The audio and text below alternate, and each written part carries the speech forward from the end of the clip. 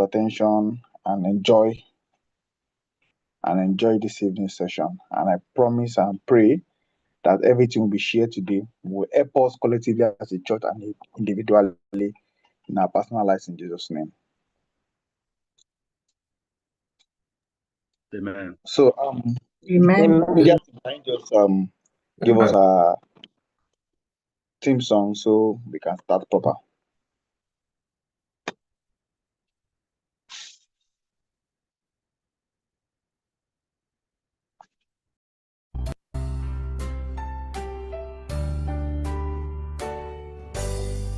I'm pressing on the upward way, new heights I'm gaining every day, still praying as I onward bound. Lord, plant my feet on higher ground. Lord, lift me up and let me stand, by faith on heaven's stable land, a higher plane than I have found. Lord, plant my feet on higher ground. My heart has no desire to stay where doubts arise and fears dismay.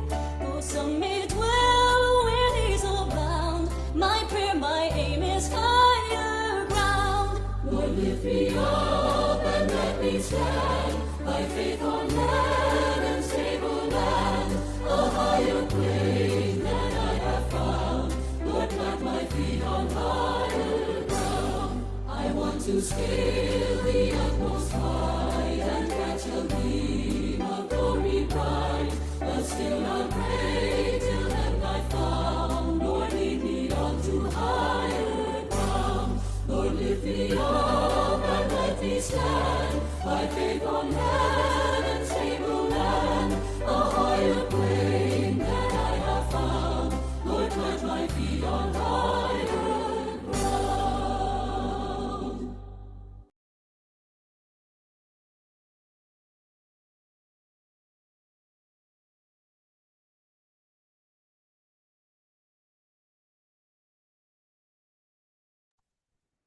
All right.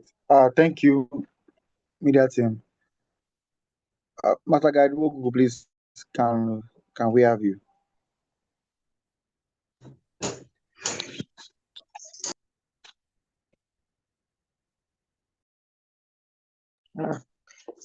Hello, good evening, everyone. Good evening, ma'am. Good evening. Good evening, Thank ma'am. you. Good evening. I thank God for today's session, and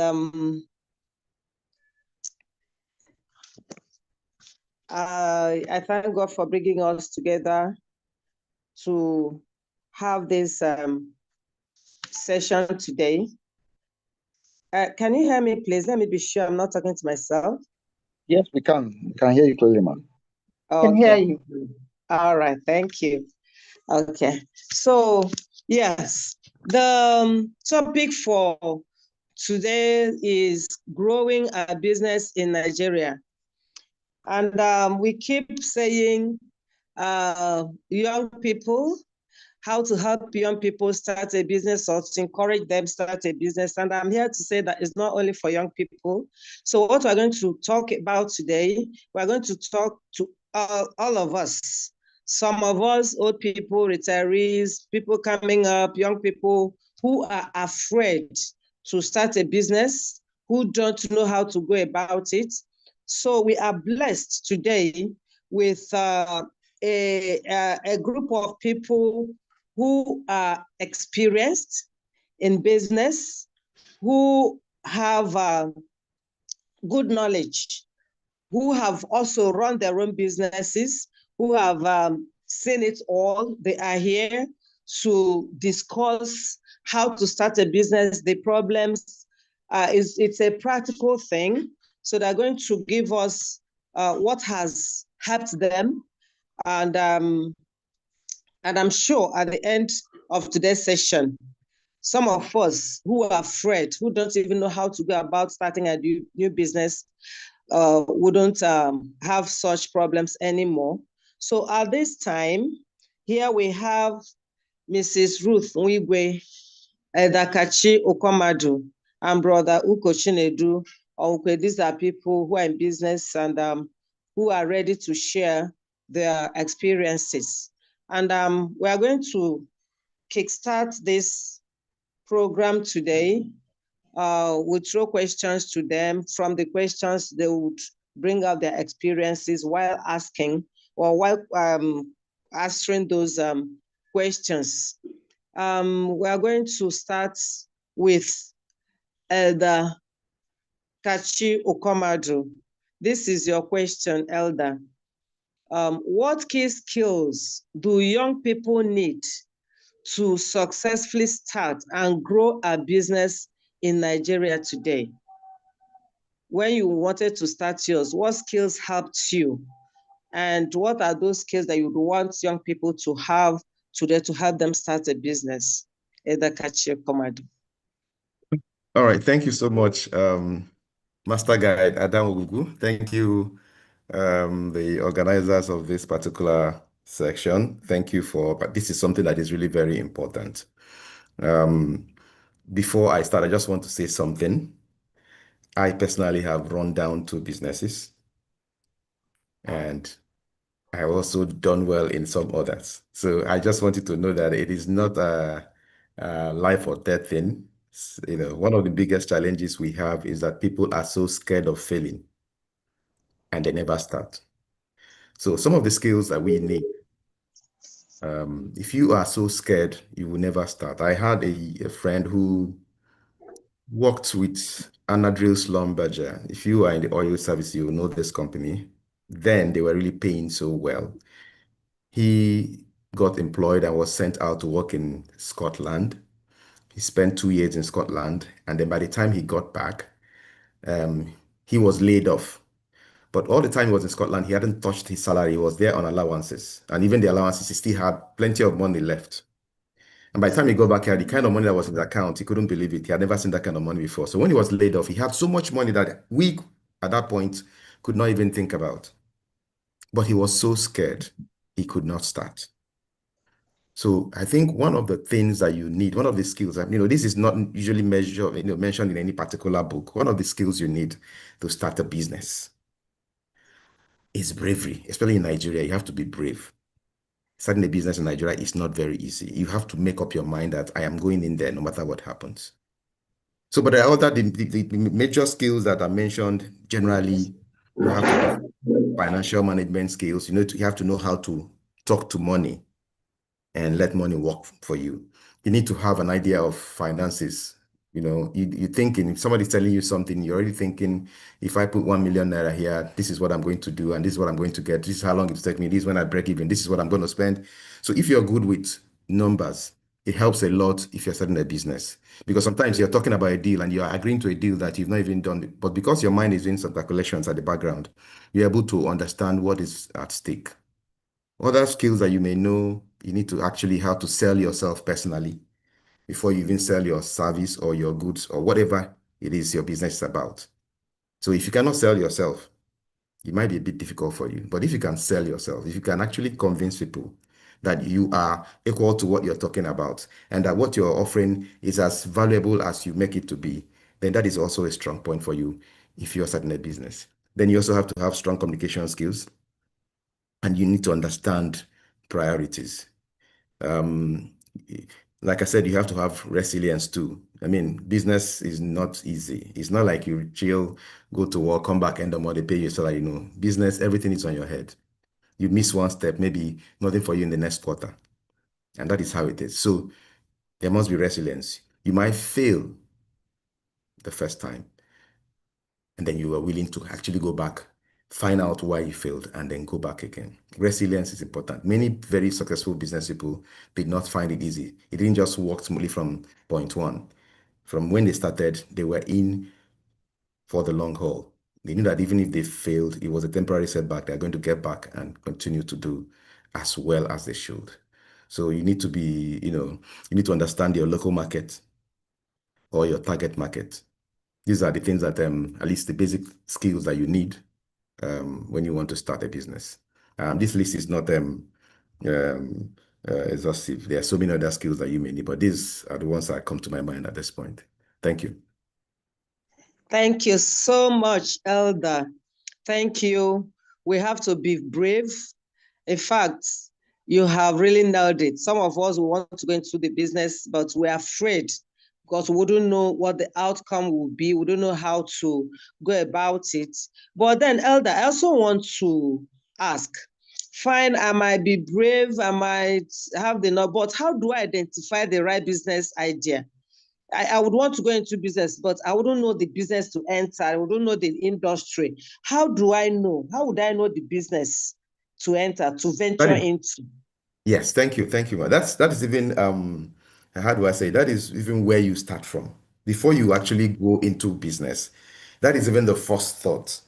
It could be where you have been working. Let's say you've been working for 10 years or 15 years or 5 years, as the case may be, and you studied where you've been working. Sometimes some of the biggest business people are people who came out from where they've been working. Their sector. They've identified some gaps in the sector, some service gaps in the sector, or some product gaps in the sector, and they actually are looking at those. Businesses thrive when they're able to satisfy a need. So if you have been in a sector and you find out that there's something lacking in this sector, maybe some service, or there is service, but it's not very well tailored to the needs of the consumers.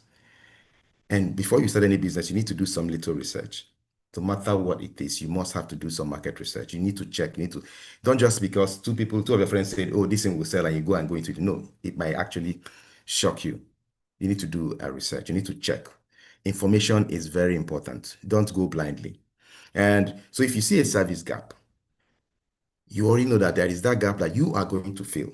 So the things that to identify the right business, it could be based on your background, where you have worked. It could be based on the passion you have for a particular thing. There are people that are exceptionally gifted in customer service. Just when you go see them or meet them in an office, the way they attend to you is special. It's coming from inside. They are not faking it. They are naturally that way. So people like that will actually set up something that actually that their natural skills will give them an edge. So passion, your background, the needs of the market that you can see, which is if you do a market survey, for instance, could actually drive you towards going to a particular business. You also check the growth potential of a particular area. You also check your network. I once started shipping food to the US. Why did I do that? My siblings all live in the US and they eat Nigerian food. So first of all, they needed each time somebody's going there, we need to pack plenty. And I was like, why don't I just do this as a business? And second, not just my siblings. There was a whole network of cousins, uncles. When I took account of how many of my extended family were in the US, I knew I could just start the business. I started shipping fish, some dried vegetables, melon seeds, you name it. I was shipping them, freighting them to the US. And I already had a plan. My mom was there. I was using my sister's basement and then send it there and then repackage it. And then also I had access to my brother, the Ngwa National Association USA. The secretary was my brother-in-law. So he had a list of over 500 members who were from my place who would eat the food. All he needed to do was just send an email and say, oh, we have stock of dry fish and this and that and that. If you want, just give us a call. And then we'll package and send to them. And it was easy. I made money in dollars with that. So sometimes your network will also affect the kind of business you want to start. It's very important, but you need to actually have that keen business sense. You're watching out for opportunities. You see opportunities when you're watching and when others are not seeing it. It's very important. As I'm sitting down here, I've tried to do some business from Zambia, and I realized that dry fish is so much cheaper in Zambia than it is in Nigeria. Now, my new plot is shipping fish from Zambia to the US. You can always find, if you're looking out and checking and comparing, you find something. But most times people just go somewhere, relax, enjoy, and come back. If you're in business, you're looking out for new opportunities. It should be, something that a hobby for you. Always checking out what can happen if I do this, checking costs, doing conversions, exchange rates, and all that to be sure that you're in the right path. Thank you. Wow, Elder, thank you so much. We're learning, and I hope others are really learning. what you are looking up for up there is even under your table. Elder has said it, identify a gap or a need, and then try and fill it. Now, Elder, one more question, please, before I let you go. How did you raise money for your business? Because that's another problem. Practical ways to raise, startup capital or money for business. We might want to go into you have said it started so good and all that, but man, it needs money, requires money. How do we do it? And how can we learn from how you did yours? Thank you. All right. When I was working, I started a side hustle from when I was working. Let me tell you what it was. A man came to my office and convinced me. I was trying to invest in a hostel in a university for students. He said, no, that is not good. Use that money and set up a fish pond. So he convinced me. The guy was very convincing, gave me figures and all that. And that was the mistake I made. I didn't really do a thorough research of that particular area. So blindly, I took money. I set up a large 10-pond fish farm. That was 2007, 2008. And at that time, we put about 5 million. 5 million naira was a lot of money then. It wasn't like now. 5 million is actually like nothing. But then 5 million naira was a lot of money. We put money there. And immediately we put that money, the kidnapping saga started in eastern Nigeria. So I couldn't even go there anymore. I couldn't go to my particular place because if I dared to go there, they would take me. So after we put that money, so now the guys who were taking care of this place now realized that I wasn't going to come. There was no monitoring. So they started to deal with me the way they liked. And to cut the long story short, we lost all the money. That was even where we put money. But the money we put together, that was my money, my savings, and I pulled in money from my friends and put that together. And then I ended up owing people and losing my money. Now, when I started business again, when I resigned from work and retired from work really, and then started up my business, I didn't even need money, so much money to start the business that gave me so much money. Let me explain it this way. I started a freight company. Sister Ruth here, I also serviced the company where she used to work then, C&I. I also, did freight works for them. I set up a freight company. And when I set up this freight company, I didn't set up with any money. All I spent, I already had my laptop, I already had internet, I had my phone. All I spent money on, even the website for my company was done by my nephew. He told me, hey, let me do it for you. I just gave him something for lunch. I didn't pay for them. I got everything. Like I didn't spend money on anything. I only spent a little money on printing my letterheads and my complimentary card. But I had the skill already. I knew how to arrange goods, equipment, whatever, from any country in the world back to Nigeria and back. So because I had those skills already, because I was already working in the freight industry and I was chief operating officer, so I knew everything. I knew the networks. I knew how to get anything from anybody, pick it up and drop it for the person. So that business I started without any real capital, and that probably was one of the most valuable businesses I did. I mean, that's where you could make so much money, but I didn't even start with any money. So it's not every business that you want to start that you need huge capital to start. There are many, so if it has to do with merchandise, you have to start with capital. But there are some, if you have a specialized skill, you could actually craft that skill and start a business with it. And people will call you. People will call you and say, look, we want this, offer you this. And because I found a service gap, people were not, did not personalize their service. So I tried to personalize my service, just to actually do the extra thing to make sure that I kept my customers. So these are the areas where, but for those who actually we need to get capital. Somebody said, one thing you need to do is, if you start a business, you just have to have something. You have to plan. You have to have some savings. You can't just jump into business. You may just become somebody who is an observer. So there are ways you could honestly raise some capital. But in Nigeria, raising, getting a debt, going to a bank to take a loan is almost impossible for a starter. In fact, it's impossible for a starter. I'll tell you that. If you're a starter, you can go to a microfinance bank, but a real bank will not talk to you. You don't qualify. Banks will not touch you if you're starting, unless you have a gold mine and you want to somebody. I mean, that's a different thing. But otherwise, the banks will not talk to you. So, but microfinance bank will give you some money, 1 million naira, 2 million naira, 3 million naira, 4 million. I mean, something if you're a salary earner, and then they can see your salary and that you can actually pay up maybe in 6 months to 1 year, they could give you something. So these are but other ways you can raise money. You can get family and friends together. If you have a very convincing pitch, you can get people to actually invest in what you're doing. You can get an angel investor. If you have a very, very attractive pitch, let's say you have something that is really, really marketable. If you talk, once you tell people about it, they say, oh, this is really a good idea. People want, but it has to be really good. If you just tell people, I want to be buying goods from China, I'm sending 2 million people are doing already. They won't be interested. They won't give you any money.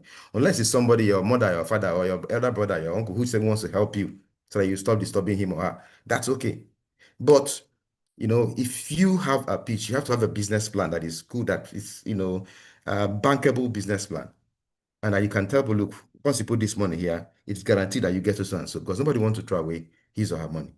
So you must have a good pitch. You can get something from microfinance bank. You can get something from these fintech apps, You can get something from even community associations. I've seen it happen before. Some people actually do what they call Esusu. They contribute. This person will collect first and then start doing the business while, these are all, of course, we call it crowdfunding somehow, These are all ways.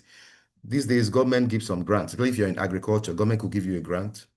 Last year, Mastercard Foundation was giving up to $500,000 grant to people to set up farms.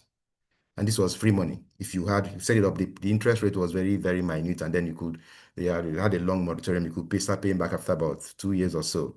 I remember I sent this to some people who are into agriculture and apply. There are some grants from SMEDAN, small and medium enterprises, whatever, the CBN, the agribusiness, small and medium enterprise investment. These are all areas you can get something to start. If you're in agriculture, they actually have more incentives for agriculture. But our young people don't actually want to go to agriculture. They think it's very stressful. So, but you have to start somewhere. If you can find a service that you can offer without putting too much capital, that is good. If you can actually start small, because I tell people, don't start big, start small.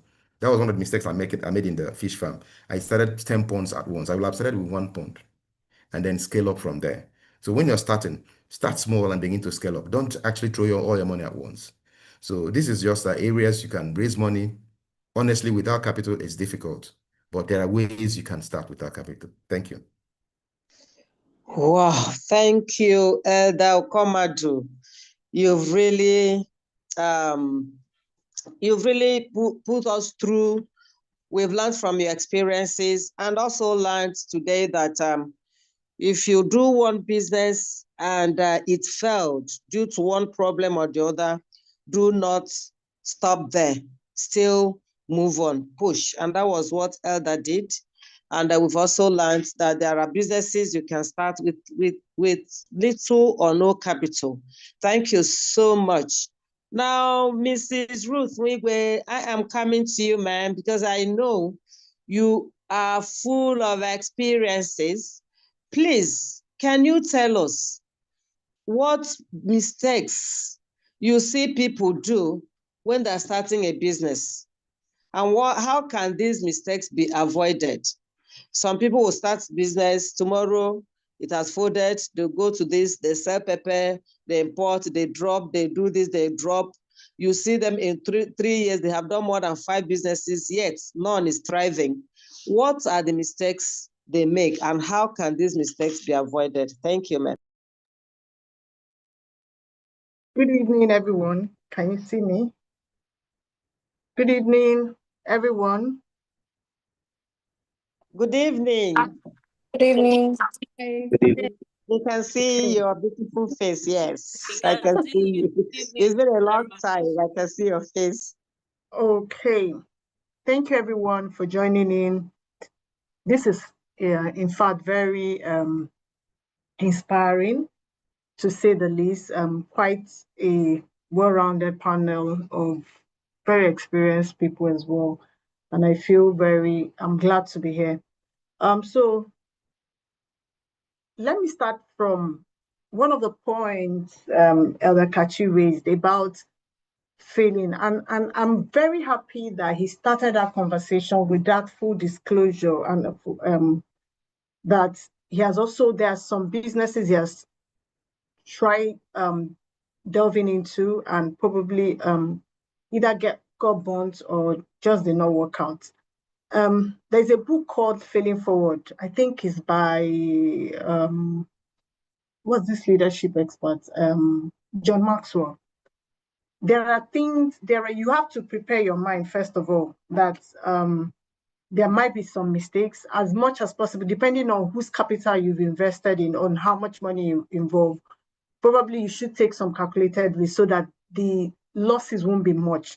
But one of the things everybody that wants to delve into any kind of business, no matter how calculated the risk is that you're going to make a few losses. And when I mean those losses, like some things are not going to be right. Some you're going to learn the rope or while on it. And those are parts of the processes. The idea is to take the learning point, and when you attempt the next time, you do it a lot better. That's the first thing. So I will start my conversation from that, knowing that there's actually something called failing forward. It doesn't mean you're an outright failure. It just means that particular thing, you possibly did not get it right, or there were things you did not do proper due diligence on.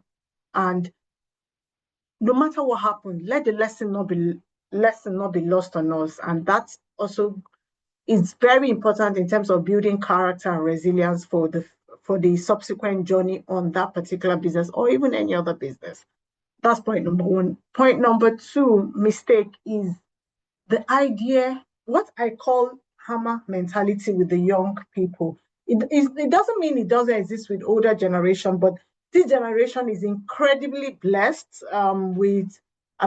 their growth process and growth tenure is quite, compared to, older generation. I speak for myself as a Gen X, or probably the older generation that had to probably do some things for, like, this generation. Young people are doing amazingly well, and a lot of them break through within a short period. Having said that, building a business, especially if you're looking to build something that will last you, or something formidable, or something you can even sell at a very good deal. Most of us must have heard of companies being bought over by bigger ones, startup, and grown into unicorn, and is that it is a process. You must have the resilience, the character, the tenacity, the grit. I think the most important is grit. You must have the grit to know that a lot of things you see, a lot of wealth you know about were not built overnight. So that grit is very, very important. It's so important because it's a huge also potential. You could be a potential mistake if you don't put that into very serious consideration. You just wake up, there's somebody has told you, if you just put this 500,000 now, in 2 weeks, you do this, it will multiply. That only a Ponzi scheme sounds like that. And that's probably why they always catch the young people as well. In real life, in terms of building business that looks to provide solution, that looks to be something formidable and sensible and concrete, it will take a process. Some days are not going to be very pleasant. Some days are not going to be very very inspiring. You would just wake up and keep going.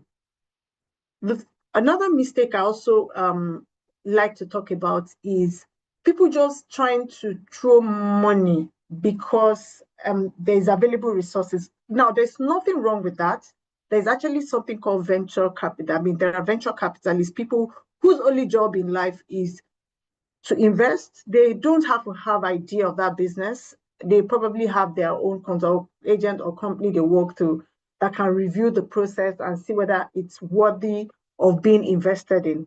Beyond that, as a complete rookie who is looking to throw, it's important you seek professional or at least understand what you're delving into.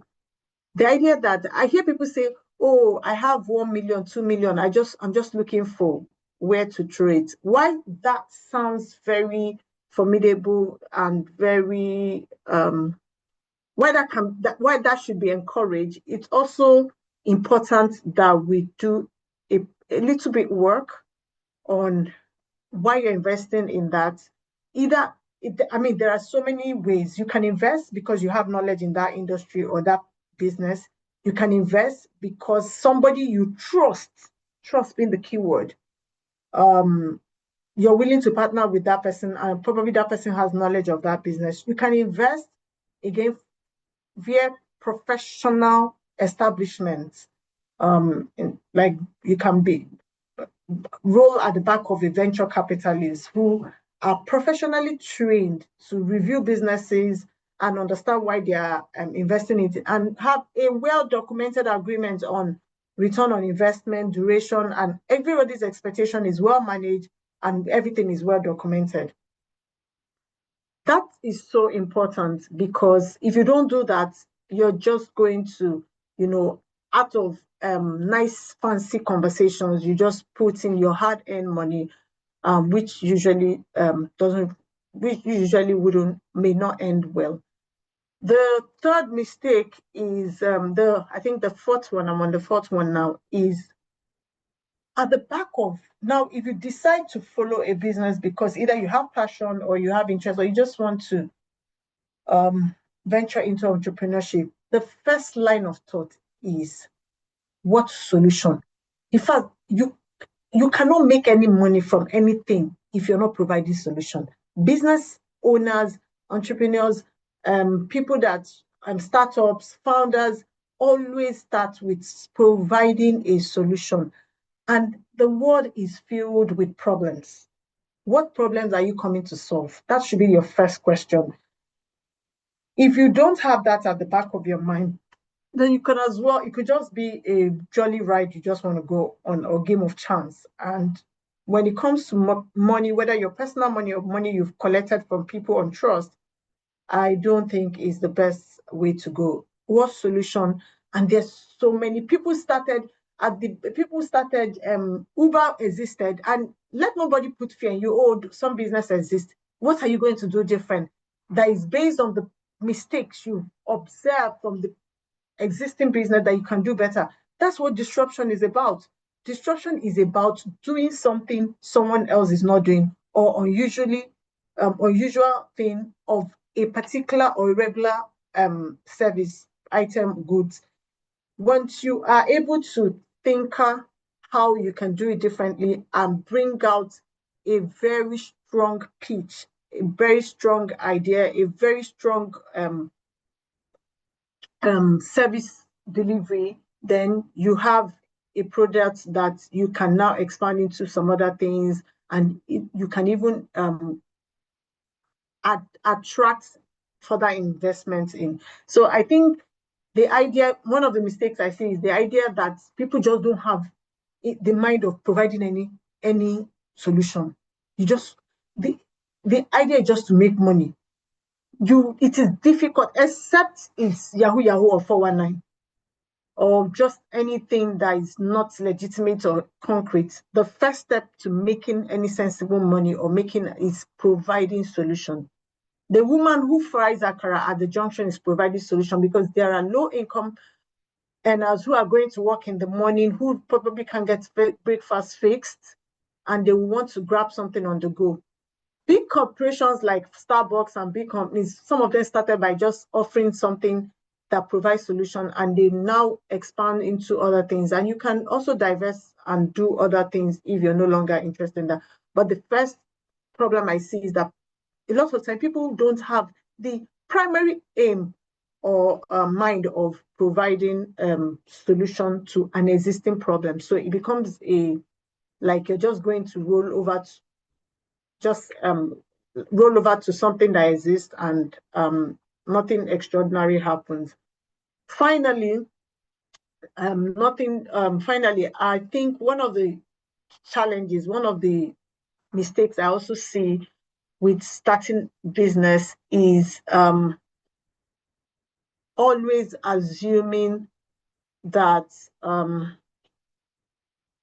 so this is peculiar to people who probably have had former career and probably kind of transitioning into entrepreneurship or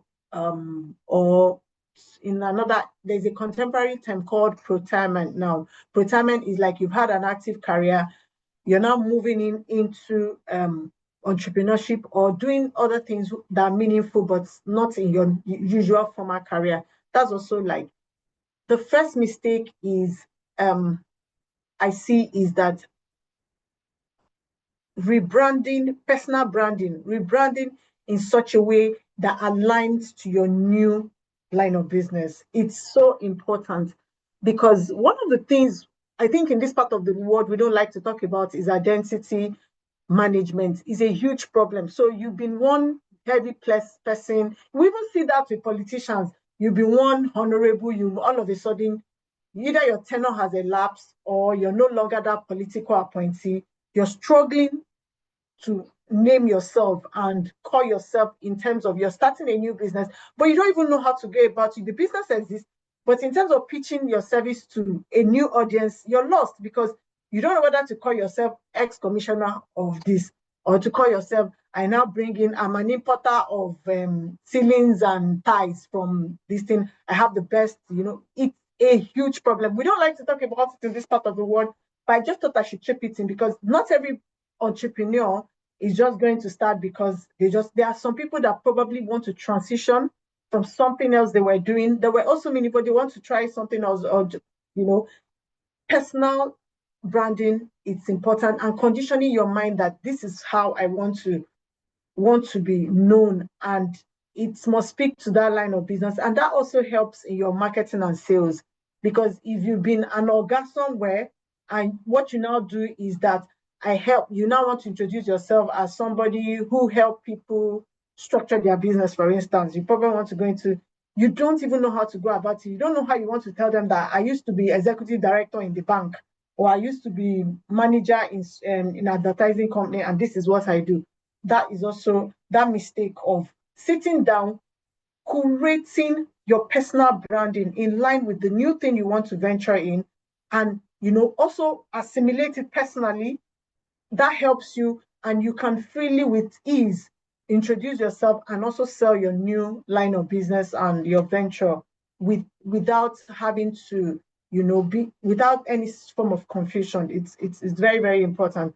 These are just a few of the mistakes I think is unusually not talked about, so I'll rather start with them. There are so very common one. I think some of them, Elder Kachi has done a good job in touching base with those ones. Thank you so much. Thank you so much for bringing out those mistakes. People are afraid to venture into businesses, and you have told us that you can fail forward. I'm happy to hear that. Okay, you don't fail and stay on the ground. Thank you. And you have to remove this hammer syndrome. Little drops of water, they say, make an ocean. Take it easy and gradually grow your business. You've also told us that it could be bumpy along the line. So we prepare our mind when we're starting a business, and then documentation is also very, very important, and so many other things. Thank you so much, Sister Ruth. Now, when the technology era, you can hardly do anything without technology, just like we are doing now. Now, this question goes to Brother Uko Chinedu. How important is digital presence? That's social media, online selling, all that. How important is social media to a business? And what tools or platforms work best for beginners? I want to start a business. I've been hearing about social media, Facebook, Instagram, X, this, that. Which one, if I want to start a business, what platforms could work for me as a starter?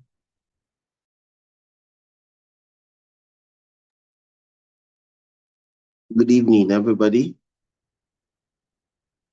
I hope everyone can hear me. Good evening. Yes, we I hope can I'm see audible. you. We can hear you. All right. So I think if I got a question right, first of all, I want to thank the church for providing us with this platform to talk. When the moderator started, said people that are experienced in business. I think I'm a child here, so I mean I'm also learning as well. So the question we talked about digital presence. Digital presence is essential in businesses right now, currently in Nigeria, for any of your businesses to survive, irrespective of if you have a physical product or you're offering services or building up a brand or anything. Being online increases your visibility and as well credibility as well. It also increases your customer base. So I will talk about why it's important to have a digital presence. First, it's going to increase your market reach. When you have an online presence, you no longer have limited people. Your reach exceeds beyond your present location, so you're going to have a wider market reach.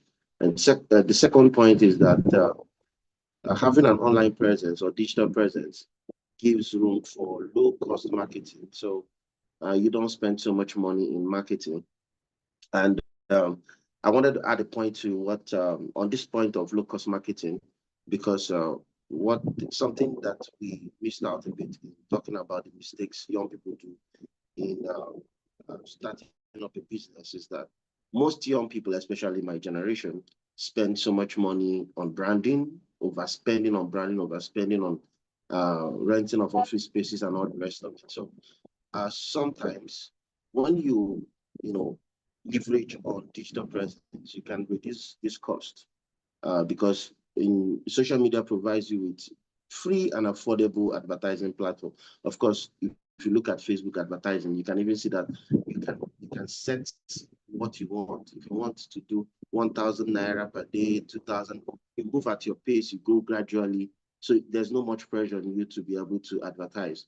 So another problem, most young people, it's what we call not being able to separate between personal funding and business funding. Of course, I wanted to mention that, but I mean, it's on the aspect of mistakes made. But on that digital presence, we also have customer trust. When you have a digital presence and you have certain reviews, you begin to grow customer base satisfaction, confidence in your customer. They trust you.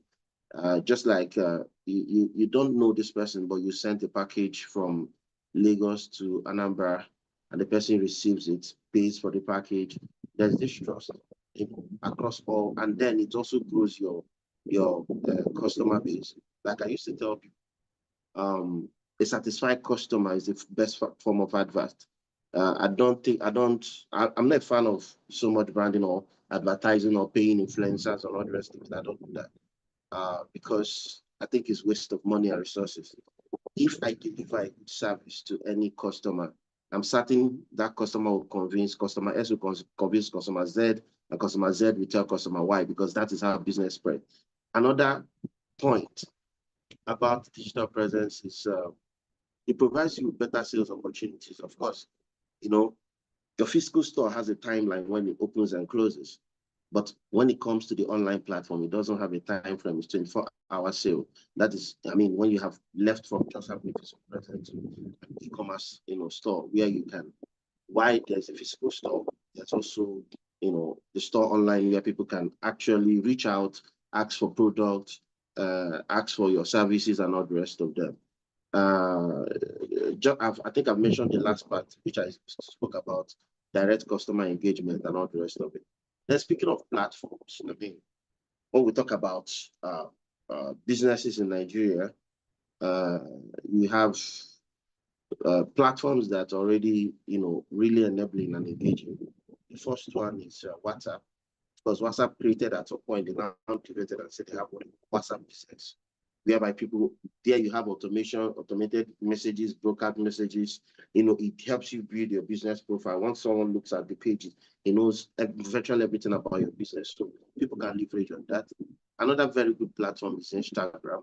Of course, many people go to Instagram to look for, just like me, I buy most of my products on Instagram. So maybe I want to buy a shoe, or I want to buy a bag or something. I just go to Instagram because that place is talking about fashion and all the rest of it. Most times you also see people refer with the hashtag and all the rest of it. So Facebook is another good place, TikTok. Another one that people overlook so much is, I know most people don't understand, maybe growing technology. Some people doesn't understand what Google can do for you. Most times you ask someone, what is your business? The first thing anyone wants to do is to go to Google and find out your business.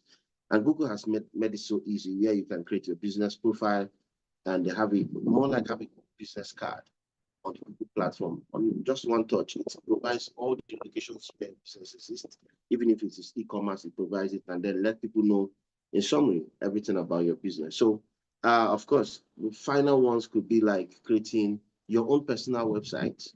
That could help as well. If you create your own personal website and see and tell people, this is what I do, this is my platform, and I'm providing services, or I have a physical store where I sell shoes, or I sell bags, or whatever it is. So it's very important we leverage on these things. Just like I said, it's cheaper and it's not that expensive. One of the mistakes many young people have made in Nigeria, of course, you see that so much here in Lagos. If someone starts up a business, the next thing he pays an influencer. The influencer begins to talk about the business so much, they want to grow rapidly.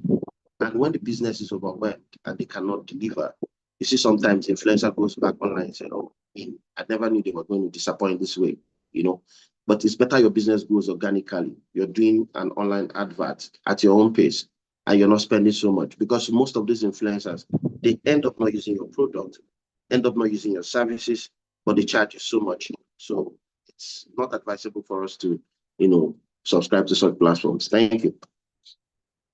Thank you so much, Bro Chinedu. You said you're a baby in the business and you have spoken so much. That shows that you are a serious entrepreneur. Now, yes, you're still on social media and all that. Okay. We always hear what you order versus what you get and stuff like that, because people use social media to do their marketing and all that. Now, as a Christian and as a young person too, what role does your personal discipline, integrity and character play in business success? As a Christian, you've mentioned it, they bring in influencers, they use, they don't use it, and they convince people at the end of the day. I mean, to me, I would say it's a scam, and so many people do so many things. So you, as a Christian, a young Christian and an entrepreneur, how has your background as a Christian helped you? And what challenges did that pose to you? Thank you. Okay, so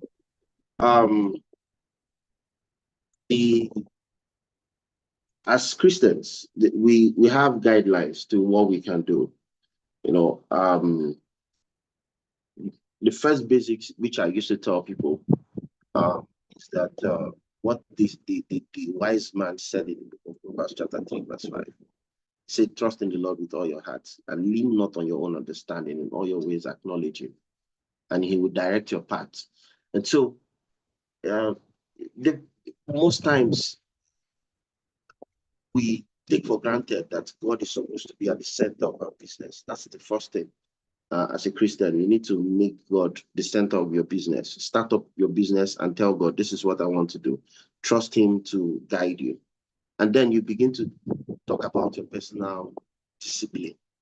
And personal discipline involves that you're going to have, you're going to be strict to your timing. Let's assume you say, my business opens by 7. Let your business open by 7. I have this product and the cost is 5 naira. Let it be 5 naira. Not that your business is 5 naira today, tomorrow is 10 naira, next tomorrow is 5. Just stick to your personal discipline. These are very, very important. And we talk about integrity. They say integrity, they call it the currency of trust. Many failed businesses just because of lack of integrity. I'll use a story for that. When I delved into logistics, a proposal came to me. These are young boys, like very young boys. To them, they met a young guy and they feel they are giving me a proposal that seems very lucrative. The money is tempting as well. And so there's a way they package, what's it called? Cannabis, weed, and all the rest of them. They have a place they're moving from here in Lagos down to Lagos, down to Abuja. There is a high consumption rate of those, hard drugs. And so because they don't have access to it, some of them, they move daily from here. They even gave me access to, they told me, you have access to our own policemen who are the checkpoints. They won't stop your vehicle. All you just need to do is to send your driver's detail, your company details, and all the rest of it. So the young man came. They have very well planned or strategized way of doing it. First of all, it came in a very coordinated approach. I wasn't aware. One of my staff was asked to go and pick up a package. And the package was defined to be mobile phones, that were going to be mobile phones. On getting there, they saw, yes, actually mobile phones packed up in different cases of mobile phone, whatever you can think of. So of course, the staff didn't do due diligence. He picked up the package. And of course, we have policy where we say, because they are staff, they don't go through the product until it gets to the office, since it's a package that is going to be on transit. On getting to the office, I do have a machine. So we pass this, these packages through these machines. And when it failed the integrity test, we saw the content. I called the guy and said, please, what is the content of what you want this company, our company, to send for? He said, it's just a normal mobile phone. I said, what I'm saying here is not a mobile phone. So I intentionally, lured him to come to the office. So when he came, I said, this is what you are. Handed him over to the police. So pressures came from different places. I had one deputy inspector of police somewhere in Abuja call me on the phone. I had other people call me and say, why did you report this issue? Later, they started mounting pressure on, the Alabaja police station to be able to, handle the matter, take off the matter from Lagos back to Abuja. So sometimes you have to work on your integrity. You have to work so much on integrity and stick by what you're saying. Let your yes be yes and let your no go, so that you don't, implicate yourself. Another thing that people fail to build when it comes to is their character. And they say character is the foundation of leadership. If you don't have a good character, you are bound to fail. And so, because if you cannot, lead by example, people following you also follow those bad leadership, and then you end up ruining your business. I'll give you an example for that. And so I had a friend who we kept on telling him that part of leading a company and being involved is that you must constantly give into learning, study, and you must also, try to allow yourself to live a life where, when you look at your life, you see that you are in tandem with God. And so, but this guy doesn't care. At some point, he doesn't even care about it because he felt business was booming. And over a period of time, he gave it to women, he gave it to several things. And before we knew it, all his staffs were almost doing this alike. So monies were going different ways. He couldn't account for his businesses, and before we knew it, the business went bankrupt. So character is very important. As Christians, we need to be humble, we need to be patient, we need to be honest, and we also need to be fair in our dealings. Finally, our church has inculcated several values to us. Of course, when Paul was writing to Timothy, he said, study to show thyself approved. And he mentioned that all scriptures is written by God's inspiration and is profitable for doctrine, for reproof, for instruction in righteousness. And when you look at the Bible has strict ways of teaching you how business can be. And so if you follow the biblical principles and God's precepts, I'm sure you will run a successful business. Thank you. Wow. Ladies and gentlemen, my brothers and sisters, you could agree with me that we have had a very interesting session. Very interesting session, because the panelists this evening are all knowledgeable in the areas They have taken us down memory lane, how they started their businesses, how they failed, how they rose again, and how they moved on. And if we were afraid before, we shouldn't be afraid again. But there are certain things we learned today that we should look out for, or we should prepare for before getting into any business. Like Dakachi said, and also Sister Ruth also said it, identify a gap, give a solution, identify a need. And you don't just go into business to hammer. You go into business to find a solution. We have nursery and primary school. And when we started ours, we had about, around my area, more than 10 schools, I tell you. And all of them, if you ask any school, they tell you we sell excellence, academic excellence. But when we came in, before we came in, we identified a gap. And that was what Dakachi said. We identified a gap. And that gap was that the schools around us were not speaking English well. They were not speaking well. Spoken English was very, very poor. They were collecting money from parents. They tell me diction. They were collecting like 500 naira, 1,000. Parents were happy to pay. But I mean, so when we came in to, we identified that gap. And that was what we were selling when we started. But before we started, my husband and I, we attended several seminars, workshops, and along the line, we're able to identify a company that we used. And I tell you, within 1 year, our school grew from 0 to 100 within 1 year, from 100 to 150, 150 to 200 to 300, and that. So identify a gap. Don't say I'm selling what others are selling.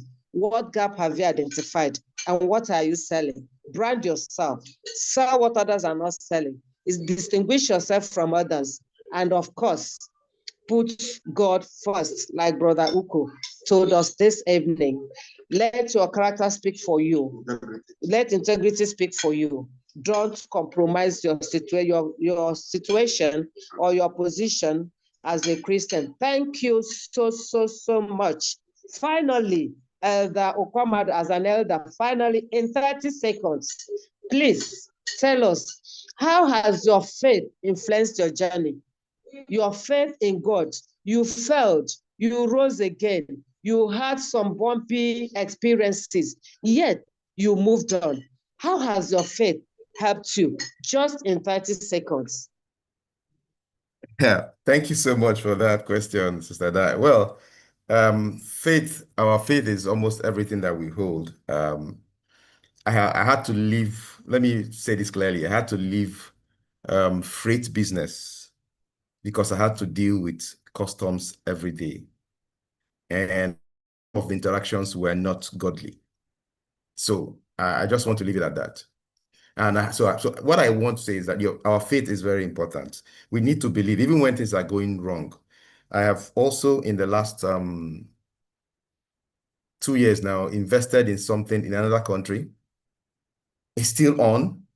I've not yet seen any money there, but I've put in so much. And my faith still holds that it will mature, there will be harvest. There's a season for this, time for everything. So when we believe that, one, that your money you're making, that you're not swindling people to get that money, that it's genuine, it's clean. And when you're putting it and you're paying your tithes, you're paying your offerings, you're helping people where necessary, that God will also grow your own fund so that you become a vessel and you can give. So it's actually about our faith. Without our faith, those beliefs will not be there. It will not form the cornerstone of how we do business in today's world.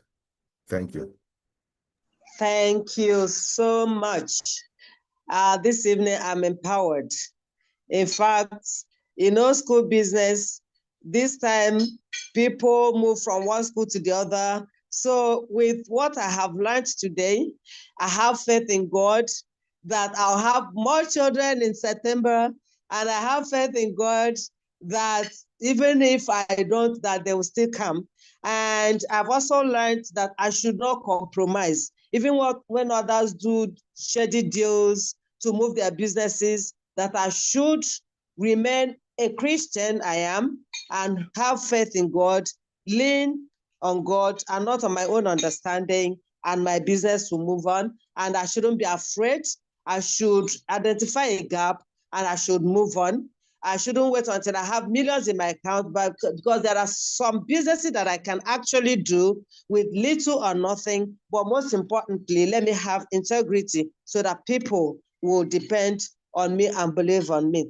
Thank you so much, my wonderful panelists, for this exposure today. May God bless you. May God keep you till we meet again. Thank you so much. My name is Mrs. Ada Ogugu. Thank you. Thank you very much, ma'am. Thank you, ma'am. Thank you, ma.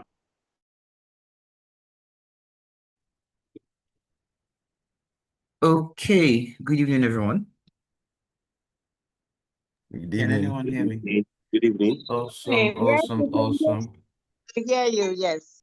All right, great. I know we're past 8 o'clock already, but I believe we should be permitted to take about 2 questions from the audience. So does anybody have any questions to ask the panelists? Just 2, so that we don't burn past the time that we've already used. So maybe just raise your hands and then I can identify you and give you the floor. Innocent, we can start with you. Okay, good evening, everyone. Thank you so much for this section. It's really, really an insightful section to empower people to try on business. Over time, I believe that businesses come, or ideas of businesses come by generation to generation. Currently, our generation is facing the content business era. Would you advise one to do content, knowing that there is just so much money in content? I mean, on social media that cannot be exhausted. And social media business does not even come with so much work, like having to know your customer and all of that. Some of them just come with you being funny or being able to dish out knowledge or even use AI to drag in that business. Do you think there is durability in content business? Is this something you'd advise, knowing that you can make a lot of money from it? Thank you.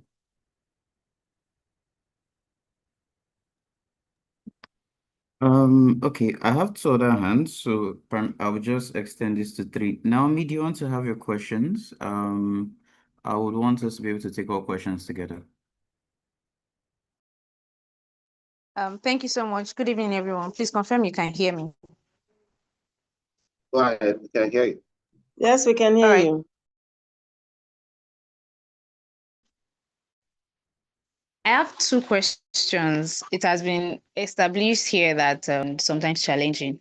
What advice would you give as to getting a loan to start a business? Especially for the fact that it's risky, you don't necessarily know what the outcome will be like and all of that. What advice would you give? And my second question is, what pace should a business that will grow or that you want to grow, what pace should you give to it? Should you give a monthly progress plan or quarterly progress plan, that to not maybe put yourself under serious pressure and the likes, or do you need the pressure to move faster?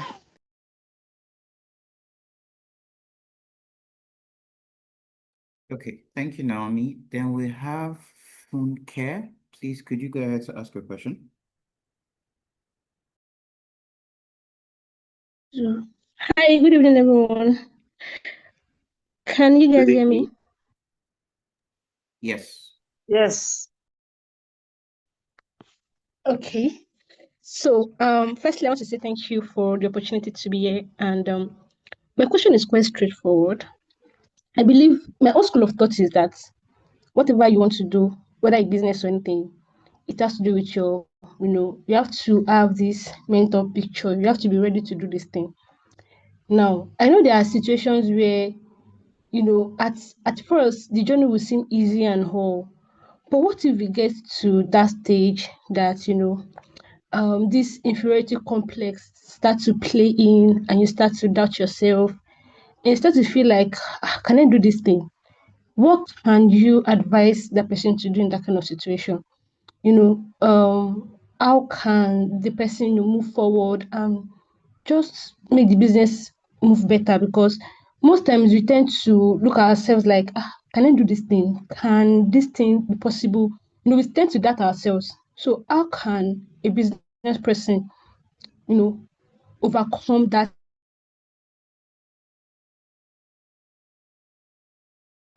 How can you overcome it? That's my question.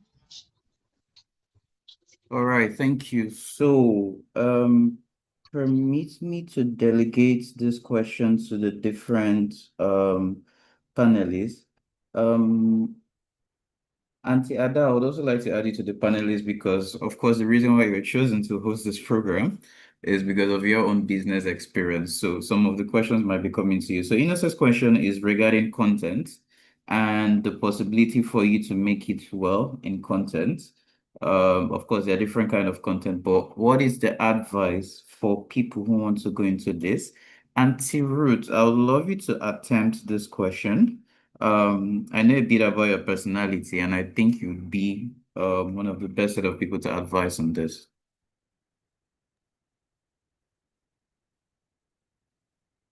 Okay, I don't know what you mean by personality, but yes, with full disclosure, I'm a Gen X with a Gen Z mind, and I'm not ashamed to admit it. So, but on a more It's the serious reason why note, you're perfect. on a more let's address the elephant in the room. Some of us in the 90s, when we were in uni, there was nothing like internet. In fact, there was nothing like GSM. We would go where I grew up. We would go to there was you rent. What's the name of this video? This type of video where you rent from Video Mart and VideoNet. You rent it, you come, and later on we start hearing of downloading and all that. The TV in my house, okay, so maybe I'm not a good example because we don't watch TV in our house. We're more of readers. The TV in my house, we have not put it on this year. And that does not mean that we don't know what's going on in the world. I'm probably more informed than somebody who will sit. In fact, at some point, we were all, if some of the older generation remember, you were all forced to come and sit and watch 9 o'clock news in those days. All that is a thing of the past. The world has moved. Transition. The new gold, the new oil is content. And concerning what Innocent said about it looks like there's not much work. Oh dear, that's not true. I've not even posted anything this year anywhere. And for somebody like me, I think I have very interesting things to post. I've not even had that time. Content is not easy. Go and ask. It just happened to be something that is manned by the generation that are called the digital native. The Gen Z and probably Alpha are called the digital native. They are the generation that would not need a manual to dissect any kind of gadget or device. I mean, when GSM even came out in Nigeria in those days, if some of you remember, I don't know, the Gen Z can't relate. There was Strum and all kinds of funny low budget, but it came with huge manual. Now, no phone, no matter how techy, no matter how advanced, your iPhone 16 or the one that is going to come out 18 Pro Max will not come with a manual. And within how many, an hour of laying hands on it, you will dissect it. So all of us are even catching up with being digital native, in as much as it's Gen Zs that actually called the digital native. It was as if they were born with technology in their eyes, in their mouths, and in their minds. So the world has moved. Content takes a lot of hard work. AI, yeah, here and there, the conversation on whether they will talk, because over time, even when you open your Instagram or your TikTok, the initial, you're fascinated by the AI enabled content, but you get bored because you can see that it's not real. It looks like it's just a machine that has been programmed to say something. So over time, the chaff will be filtered away from the grain.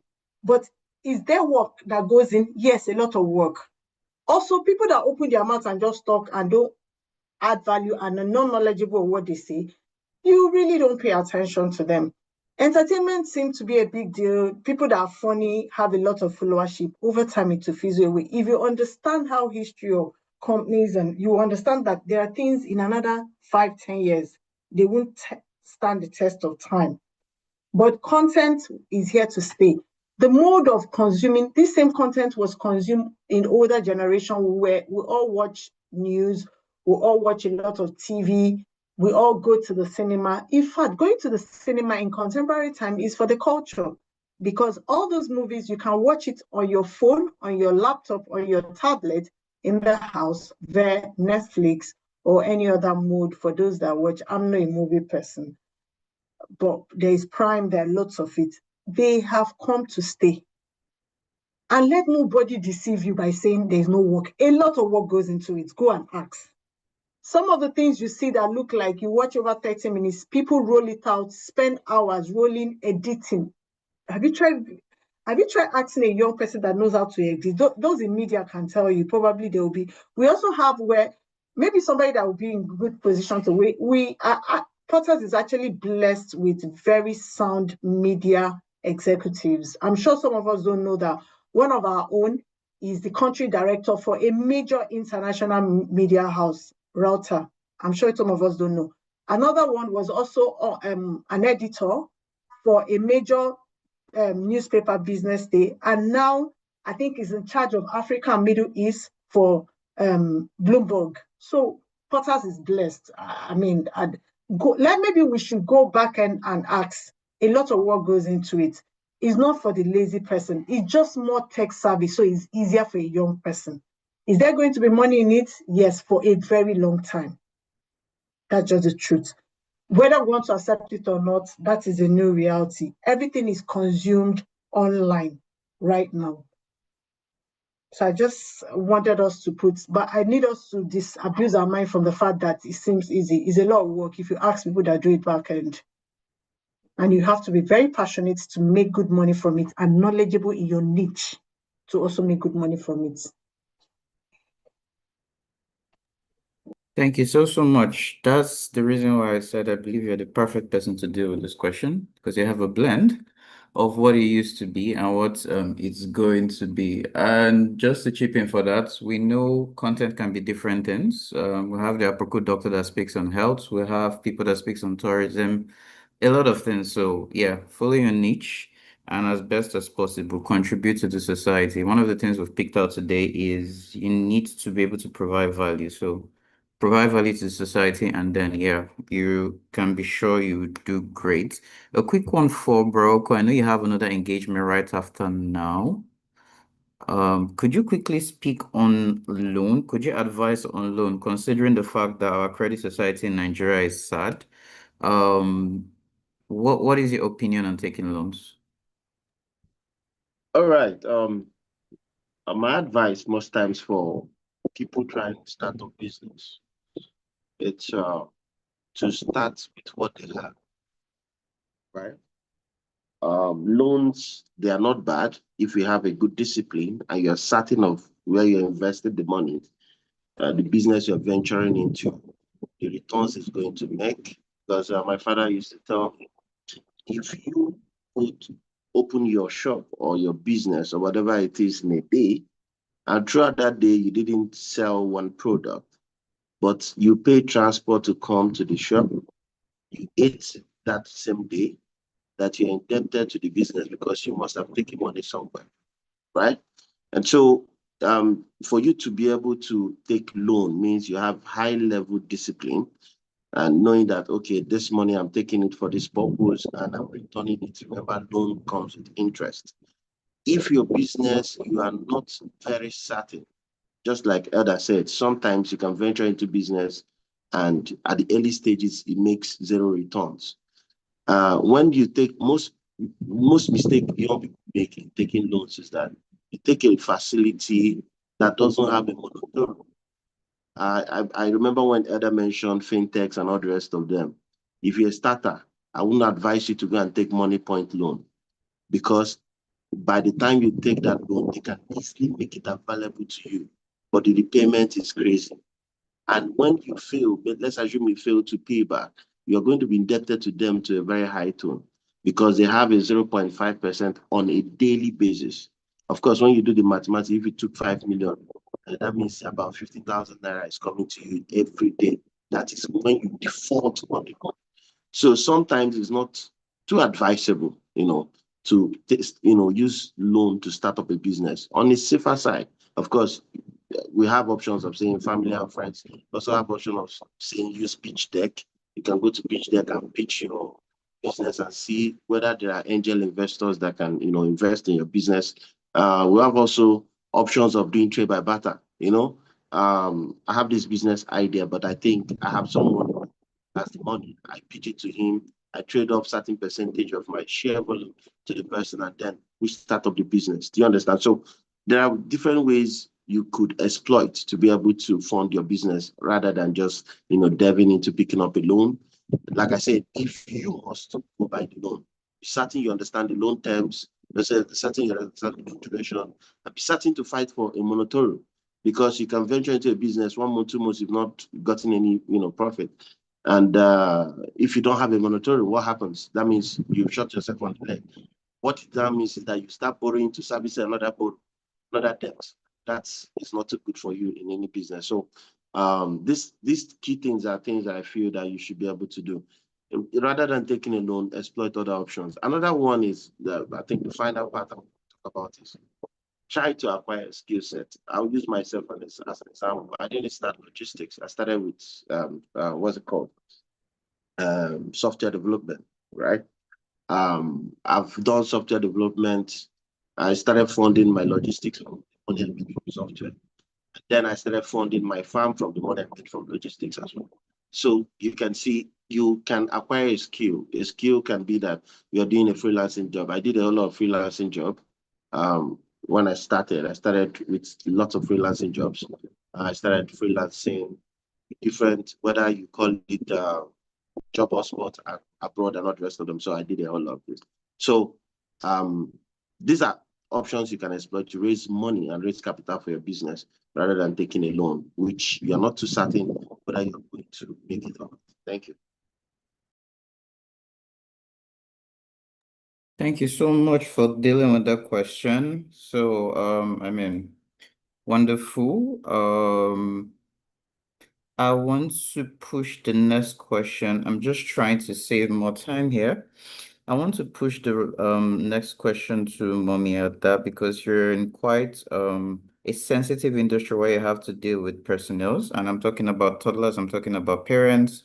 I'm also talking about the community as a whole, because your reputation is something. So with all this that you have to deal with, human beings, human resource in general is not an easy aspect of a business. You're dealing with your staff, you're dealing with the parents, you're dealing with the kids as well. It's a lot. So when the pressure starts to build, because this is the question that Naomi asked last. Sorry, the way she asked this is, should you put pressure on yourself for the business to grow, right? Or should you just let it happen as it is? So what pace should you work at? Do you need to put pressure on yourself, or do you just need to let the business move one step at a time? Thank you for this. Yeah, we are all human beings, but with my experience in my business, this year is our 15th year. Yes, 15th year. You don't need to be afraid of anything. Don't put pressure on yourself. Yeah, don't put pressure on yourself. Do your business, focus on your business, and take it one step at a time. Take it one step at a time. Pressures will come. In fact, when we started at the initial time, every September, August, September, I would always be under pressure. Fear. Would my parents come back? Would the children come back? How many would come back? I'll start calling. I'll be afraid. And then new schools will be springing up under our computer building, one flat, that kind of thing. You see so many schools springing up with lower fees, and I'll be afraid. Would they come back and all that? But over a period of time, I now found out that I was just unnecessarily afraid. Honestly, unnecessarily afraid, because they will come. If you maintain, like all these things we said today, integrity, your character, know what you're doing, maintain your standard, and all that, they must come. Yours will come. What drives business is not money, is integrity and your personality, and then your standard. They must come. So now I'm not afraid of anything. I just had a meeting with my entire staff today. Okay, I just came in before we started this. We had a meeting on how to strategize and the areas I need to train them. I need to bring people to train them and all that. So I'm not afraid. So you don't need to be afraid. And now you ask yourself, what pace should it grow? There is always incubation period for every business. You must know that. If you are starting a business today, don't expect income tomorrow. There must be incubation period where you do expenses without making any income, but stay steadfast. It will come. Know what you're doing, be convinced in what you're doing, and then have passion for what you're doing. If you enjoy what you're doing and have passion for what you're doing, enjoy what you're doing, and then along the line, money will come and you see your business grow.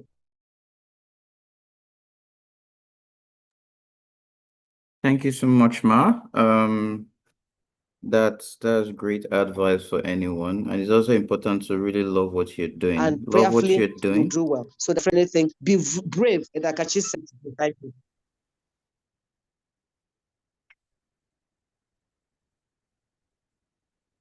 Okay. Thank you, Ma. Can anyone hear me?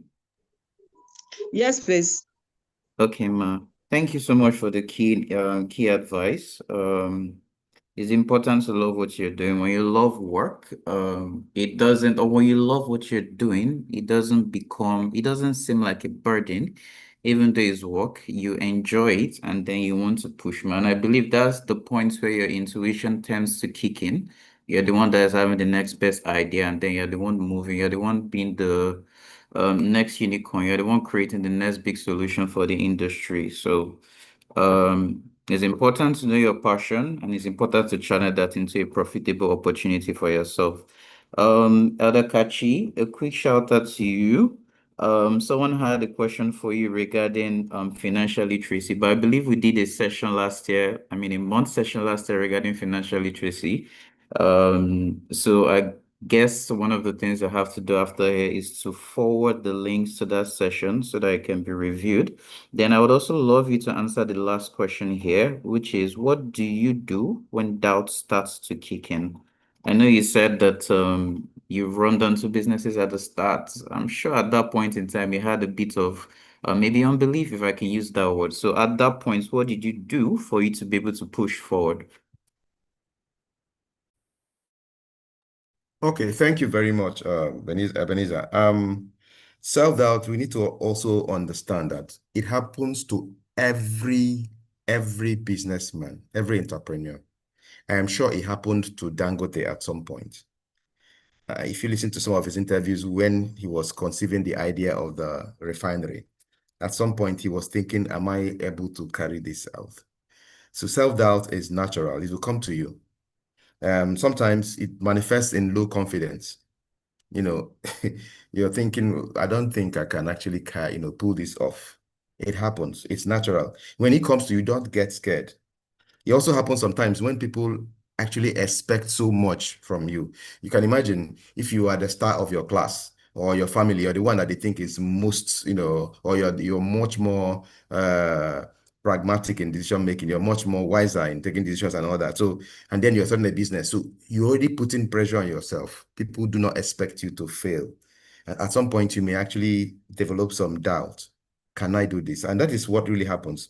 But what you need to do, is that you need to tell yourself the truth. Every single successful business you've seen, somebody who started it had some doubt. It is not abnormal. So don't let it make you crucify yourself. No, you need to continue to reinforce your own belief in yourself. Sometimes if you have a mentor, you talk to your mentor about it. Your mentor will be able to let you know that even himself or herself went through the same thing. Anytime you're doing any business, you're looking at this, the plans, this. At some point, you need to wonder, what if this doesn't go the way I'm thinking or go the way it was planned? So self-doubt is not a problem, my sister. It is a part of growing, setting yourself up and growing a business. When it comes, reinforce your beliefs, tell yourself you do it. In fact, read some business, you find out that many people who are very successful today actually failed several times and they were able to get back up and do much better. But always have in mind that you need to ask yourself, why did this fail? And once you get the right answers, you'll now be able to actually maneuver past that particular hurdle the next time you try. So it's important that you believe that, that you can do it yourself. Even though when you have that, tell yourself, like, if this person could do it. One of the people that actually I hold on to sometimes when I think about business is Koskaris. This is a man who had nothing. I'm not sure he even completed his primary education, but he has become one of the most consistent businessmen in the Nigerian space. And if you listen to him, you understand. There was a lot of belief, but there was also a lot of doubt because he actually had no basic skills apart from what he was able to pick up on the street. So please do not get worried when you have self-doubt. Doubts are part of what happens to us, whatever we're going to do. And what we tell ourselves is you need to reinforce the positive side of you. Tell yourself, I will be able to pull this off. Why not? If this person could have done it, he doesn't have two heads. I can also do it. Yes, it's going to be difficult. And if I fail, I'm going to try again. With that, you actually remove every vestige of doubt that you have in your mind. Thank you. Thank you so much, sir. And thank you to all the panelists who have dealt with this wonderful topic today. Edakachi, your points about self-doubt is really valid, and yeah, it shouldn't stop you from achieving a goal. I mean, even the Sabbath school lesson that we're studying this week has been talking about Moses and his assignment in Egypt to deliver the children of Israel from Egypt, of course. And I believe he had doubts because he was a stammerer, he wasn't eloquent in speech, but yeah, through the end of it all, he was still able to do the assignments, being empowered by God. And yeah, he was able to lead the people out of Egypt and to the promised land. So yeah, using that as kind of a segue, let's not forget to join other programs that we have in the church. I mean, our Friday program is where we discuss a lot about, we'll discuss in depth about the Sabbath school study. Let's not forget to join that. That happens on Friday on this platform Zoom from 7 to 8. Tomorrow we're also going to be having the prayer service, so feel free to join. Come with your hearts open for whatever prayer requests, for whatever supplications you have, and come with a heart of thanksgiving so they're able to share your testimony and encourage other people who are in the church. Next week, we're also going to be having another wonderful leadership series. The plan for next week is to discuss tech and how tech is able to how tech is beneficial to us and the areas that we should be looking at in the future in the tech industry. So, of course, it promises to be exciting. Let's pray for the person who God is going to use to deal with next week.